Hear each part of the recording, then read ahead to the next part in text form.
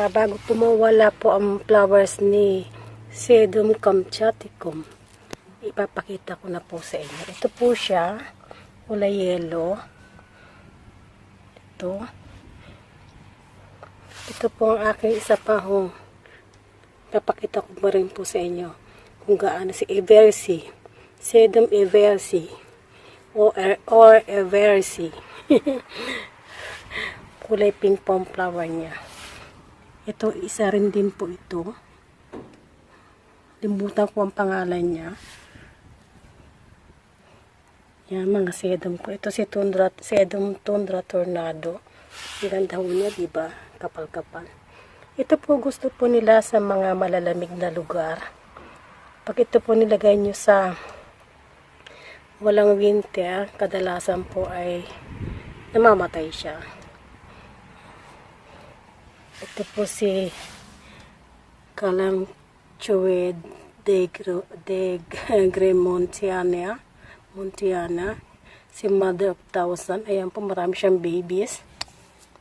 Ito rin po ang aking Calanchoe chocolate soldier.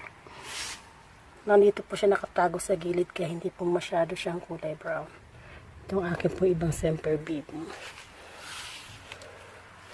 Ito si Calcarim, ang dami niyang babies, ayan, sa ilalim.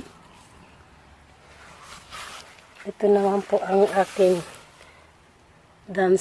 Chinese dance scarf, si Arostakis Evaringe. Ito naman ang aking putulaka na kulay yellow at saka kulay red. Ito po yung mga sedum ko na iba pa.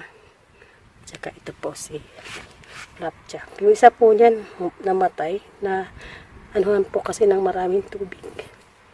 Ulan. Super dambuhala. Ang dami niyang baby sa ilalim. Ayan po.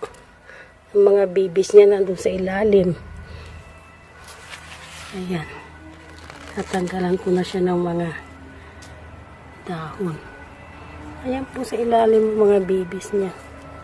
Napakalaki po nito, ayan, kamay ko. Diba? Laki-laki niya. Ayan po, si Sedum spurium siya. Ayan siya. Ganda ng kulay niya. Paho. Sedum album. Yan, ang dami yan. Sedum spurium din yung green form, mga ano ko po ito, natutunan.